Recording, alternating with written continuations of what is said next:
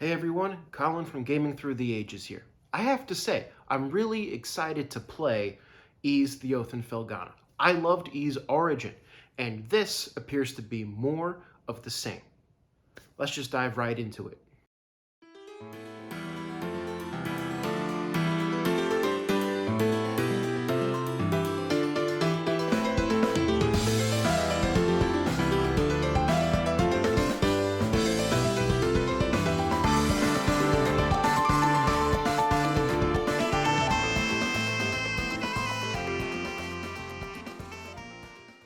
Ys the Oath in Felghana is a remake of Ys 3, much in the same way that Memories of Celceta is a remake of the various Ys 4 games. However, it takes place after Memories of Celceta, which is why I'm playing it now. The game is set in the land of Felghana. Y'all remember Dogi, right? He saved Adolf from prison in Ys 1, and he's had a few appearances here and there, though nothing major. Dogi grew up in Felghana, so this game has much more of a focus on him and his childhood friends. When Adol and Dogi arrive in Felghana, they are surprised to find that monsters now walk the land. Seeing a young girl in distress, Adol rushes in to save her, only to find out that she is one of Dogi's companions from his youth, Elena. Elena takes you back to town, and by talking to the various townspeople, we learn that things are just not really going well for the village. Yeah, monsters walk the land, but also, the Roman governor, really oppressive. Shutting down the mine and yet increasing tax demands. Well look, you play as an adventurer in a JRPG, so what do you think you're going to do? You're going to help him out.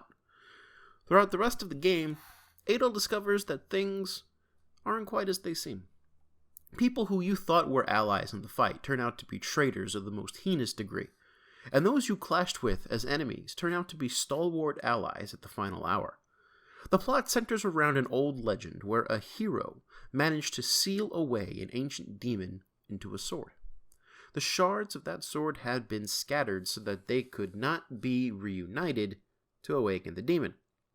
It means that in this game, no one wants to awaken that demon, and they succeed.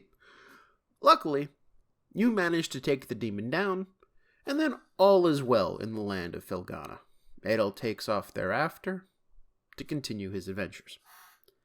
There is more to this plot than I'm letting on in this very circumspect plot summary. Dogi and Elena have fully fleshed out backstories along with Elena's brother Chester.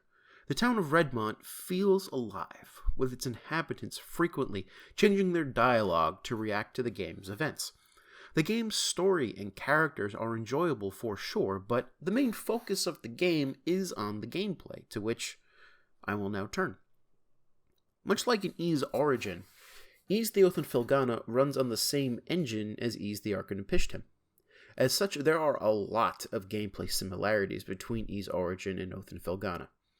You have an isometric viewpoint, and the whole point of the game is to hack and slash your way through various dungeons. Adol feels good to control, his swings have weight to them, and his mobility improves at a steady pace as you make your way through the game. He plays pretty much exactly like how Unica played in Ys Origin.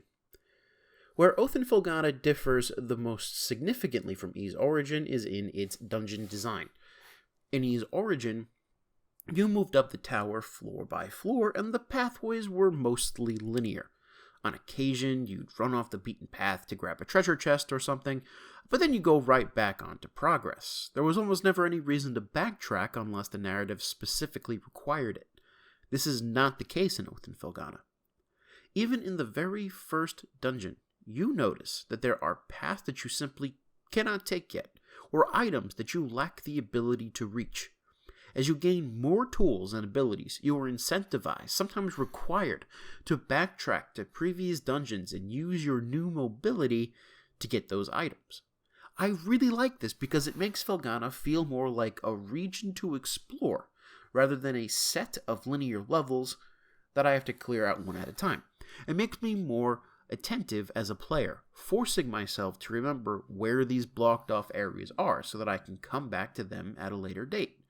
This fulfills the same role as the Road of Fruit in Ys Origin, but in a much more satisfying way. The introduction of Metroidvania mechanics in this game is a success. Another way that this game differs from Ys Origin is that I don't have to play it 3 times.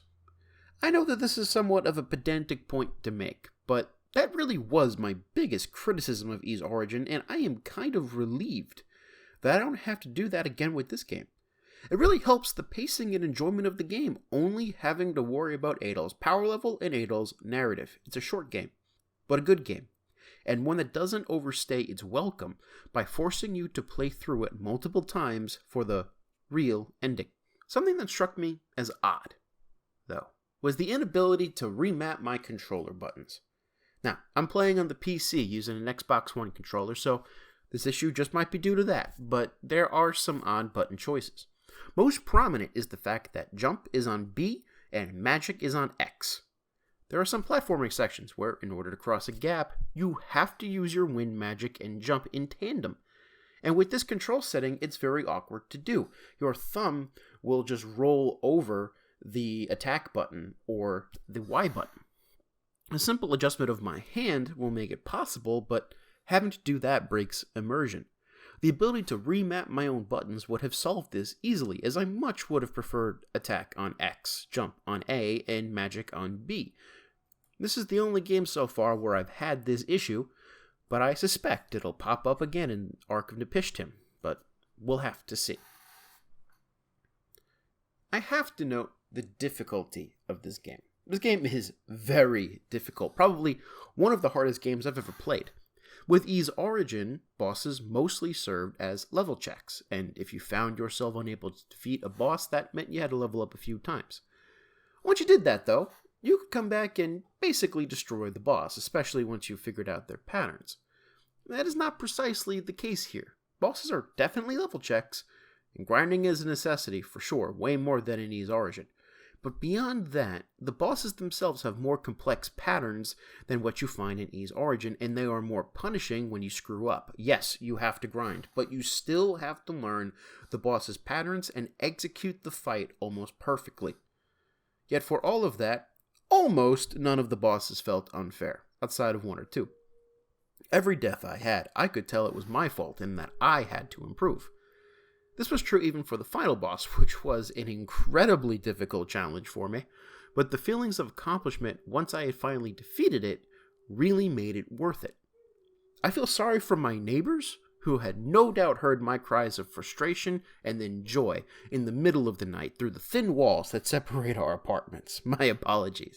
To conclude, I want to touch on one point that might open me up to some criticism, which would be fair criticism, but I think can lead to some interesting discussions. While I normally publish reviews for games a while after I play them, normally I take notes or have a few things that I want to talk about when I sit down to write the script. I'll usually write the script closer to when I beat the game. That did not happen for this one for a variety of reasons. Normally, there are facets of the game that stand out to me that make the game memorable. But in writing this review, I find myself struggling to remember a lot of the aspects about Oath and Felghana. The parts that I can remember and analyze, they stand out because of how they compare or contrast Ys Origin. I am forced to admit that this game is, while a fantastic one in its own right, it's a bit forgettable. If I could publish a review that just said, yep, it's an Ys game, alright, bosses are a bitch though, I think that would sum up my entire feelings towards the game. But of course, I owe you guys as much analysis as I can muster, which I have done. But that is what Ys Oath and Felghana is. It's an Ys game, alright. Bosses are a bitch, though. Guys, I want to make something clear before we finish up this video. I say that Ys Oath and Felghana is not really memorable. And that's true, but only because I played Origin and because I played Ys Origin first. It's kind of the problem of doing these games in a marathon. They tend to blend together, which is why I'm now taking a break from the Ys series. The next one on our list will be Ys 5 for the Super Nintendo. I'm looking forward to playing that. I've heard some mixed things. I want to see what that is, but I want to take a bit of a break, because then when I get to other games that are similar to games I've already played, such as Ys 6, the Ark of Napishtim, Ys 7, I want to be able to take them on their own merits rather than constantly compare them to games I've already played. There's going to be some comparisons, but I want to be able to do a better job at that. So for now, I'm putting an end to this mini marathon. We will have isolated Ys videos here and there throughout the year so that we can finish up the series. We're going to finish up the series in 2022. That I can promise you.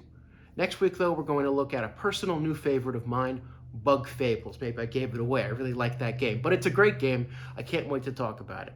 But anyway, guys, if you liked this video or if you like this channel, please feel free to leave me a comment, leave me a like, hit that subscribe button. I'll see you guys next week for more content from gaming through the ages. Have a great day, everyone.